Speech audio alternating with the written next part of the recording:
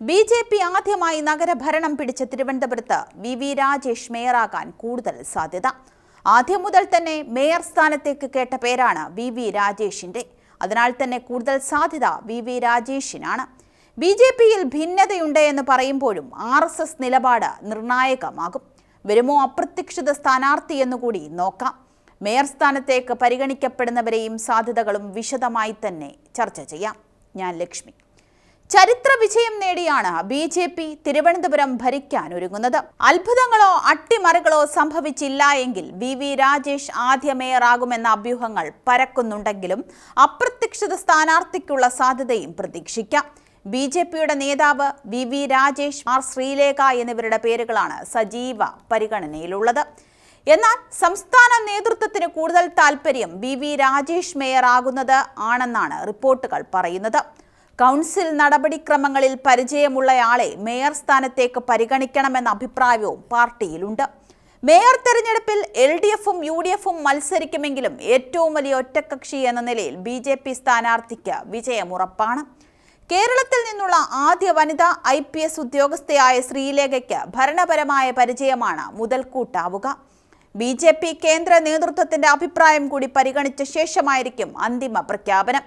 തിരുവനന്തപുരം കോർപ്പറേഷനിലെ കൊടുങ്ങാനൂർ വാർഡിൽ നിന്നാണ് വി രാജേഷ് വിജയിച്ചത്. വി രാജേഷ് മേയർ ആയാൽ ശ്രീലേഖ ഡെപ്യൂട്ടി മേയർ ആകുമെന്നും റിപ്പോർട്ടുകൾ പുറത്തുവരുന്നുണ്ട്. 21-ന് കൗൺസിലർമാരുടെ സത്യപ്രതിജ്ഞയ്ക്ക് ശേഷമേ മേയർ തെരഞ്ഞെടുപ്പ് ചർച്ചകളിലേക്ക് കടക്കൂ എന്ന് പറയുമ്പോഴും RSS ബി.ജെ.പി. കേന്ദ്രങ്ങളിൽ ചർച്ചകൾ സജീവമാണ്. വി രാജേഷിന്റെയും ശ്രീലേഖയുടെയും പേരിനൊപ്പം കരമന വാർഡിൽ നിന്ന് വിജയിച്ച കരമന അജിത്തിന്റെ പേരും പരിഗണനയിലുണ്ട് എന്ന അഭ്യൂഹങ്ങൾ പരക്കുന്നുണ്ട്. തലസ്ഥാന നഗരത്തിന്റെ ആദ്യ ബി.ജെ.പി. മേയറാകാൻ വി രാജേഷിന് കേന്ദ്ര നേതൃത്വത്തിന്റെ സമ്മതം കൂടി മതി എന്ന് പറയുമ്പോഴും ABVP, യുവമോർച്ച, യുവമോർച്ച സംസ്ഥാന അധ്യക്ഷൻ, ബി.ജെ.പി. ജില്ലാ അധ്യക്ഷൻ എന്നീ നിലകളിൽ പ്രവർത്തിച്ച അനുഭവം രാജേഷിന് മുതൽക്കൂട്ടാണ്. അക്കാലത്ത് തന്നെ കോർപ്പറേഷൻ ഭരണത്തിനെതിരെ സമരങ്ങൾക്ക് നേതൃത്വം നൽകിയ അദ്ദേഹം കഴിഞ്ഞ തവണ പൂജപ്പുര വാർഡിൽ നിന്ന് ജയിച്ചതോടെ കൗൺസിൽ എന്ന നിലയിലും നിരവധി സമരങ്ങൾ നയിച്ചു. ഇതെല്ലാം സംസ്ഥാന നേതൃത്വം പരിഗണിച്ചു.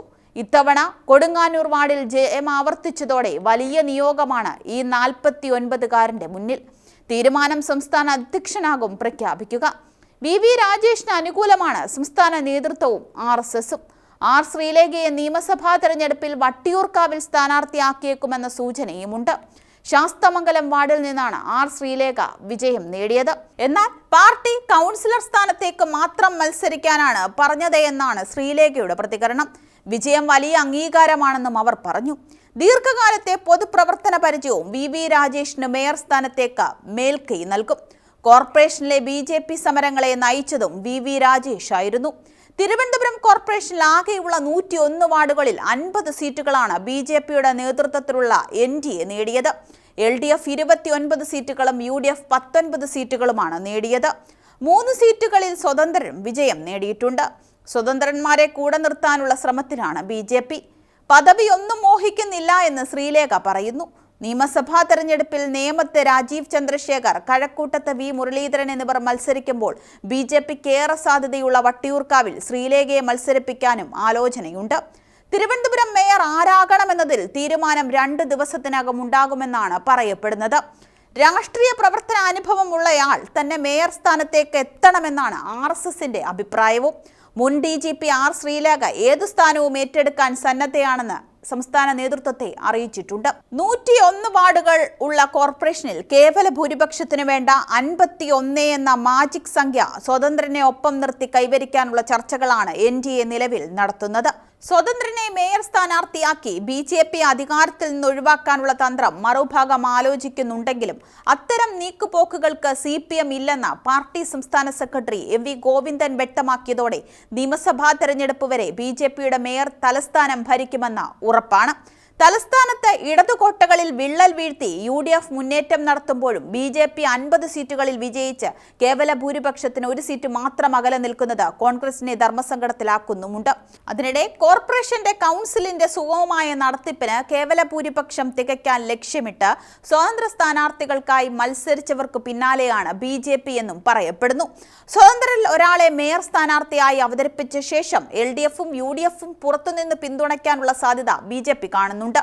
ഇനി വോട്ടെടുപ്പ് നടത്താനുള്ള വിഴിഞ്ഞം BJPക്ക് പ്രതീക്ഷയുള്ള വാർഡല്ല.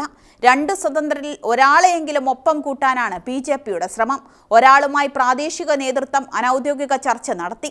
അതേസമയം പാർട്ടി വിമതനായാണ് മത്സരിച്ചതെങ്കിലും പൗണ്ട് കടവ് വാർഡിൽ വിജയിച്ച സുധീഷ് കുമാറിനെ ഒപ്പം കൂട്ടാൻ UDF ശ്രമിക്കുന്നുണ്ട്.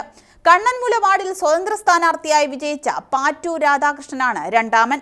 തിരഞ്ഞെടുപ്പ് നടത്തിയ 100-ൽ 50 വാർഡ് BJP നേടി.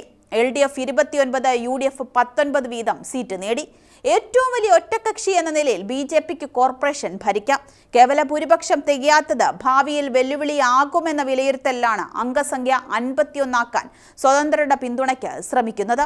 നിയമസഭാ തെരഞ്ഞെടുപ്പ് അടുത്തിരിക്കെ LDFും UDFും ഒരുമിക്കാൻ സാധ്യതയില്ലെങ്കിലും സ്വതന്ത്ര സ്ഥാനാർത്ഥികൾ ഇരുമുന്നണികൾക്കും പിന്തുണ നൽകിയാൽ തിരിച്ചടിച്ചേക്കുമെന്നാണ് BJP വിലയിരുത്തൽ.